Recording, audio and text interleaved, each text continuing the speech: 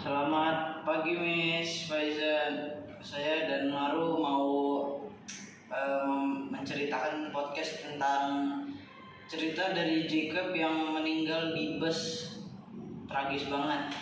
Di sini Maru sebagai kameramen, saya yang bakal cerita Mas. Oke. Jadi itu ceritanya bermula si Jacob ini dia baru pulang dari kerja dan dia mau pulang ke rumah mamanya naik bis. Jadi tuh pas dia naik bis semuanya baik-baik aja, dia duduk di paling pojok. Habis itu setelah berapa stasiun Vincent Lee ini datang seperti bapak-bapak biasa, dia duduk di depan. Terus selang berapa menit dia merasa nggak enak, habis itu dia pindah duduk bersama Jacob. Setelah duduk bersama Jacob ini tidur. Habis itu Vincent Lee ini tiba-tiba mengeluarkan pisau gede dari kantongnya, terus dia nusuk lehernya Jacob, nusuk leher Jacob 8 kali, terus nusuk dadanya. Jacob sempat teriak tapi udah keburu ketusuk, jadi dia udah tewas di tempat. Ada banyak penumpang yang melihat Jacob ini ditusuk sama Vincent Lee ini langsung kabur. Supir bus juga langsung rem berhenti, terus evakuasi semua orang untuk keluar. Pas keluar busnya langsung pakai mode emergency biar semua kekunci. Di dalam bis ini tinggal sisa Vincent Lee sama Jacob yang udah tewas.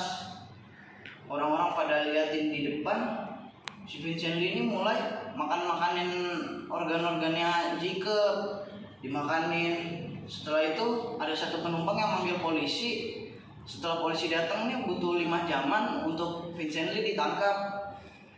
Setelah Vincent Lee ditangkap, mereka coba mengecek Vincent Lee terlebih dahulu. Mereka menemukan 2 kuping, 1 hidung, 2 pupil mata di kantongnya Vincent Lee. Polisi nggak tahu buat apa kan, terus disita. Setelah itu Jacob langsung dibawa ke rumah sakit untuk diotopsi. Saat diotopsi, jantung sama paru-parunya si Jacob ini udah hilang. Nah, polisi ini berasumsi kalau udah dimakan sama Vincent Lee. Setelah itu Vincent Lee dibawa ke pengadilan. Setelah dibawa ke pengadilan nih, hakim merasa bahwa Vincent Lee ini bukan orang yang emang mau membunuh. Ternyata Vincent Lee punya gangguan jiwa, skizofrenia. Dia ini memang udah gila dari kecil dulu.